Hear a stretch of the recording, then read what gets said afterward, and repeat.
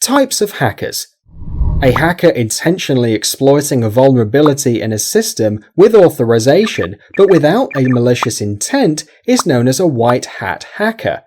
These are actual security guys deployed as security admins. A hacker who intentionally attacks a system with a malicious intent is called a black hat hacker or a cracker. Apart from these two types of hackers, there are grey hat hackers who exhibit the traits from both the white and black hats.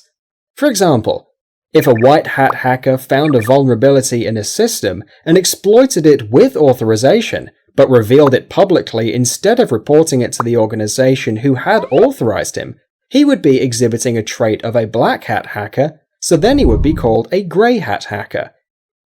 When an amateur hacker breaks into systems using pre-packaged automated scripts, tools and software written by real hackers, he is called a script kiddie.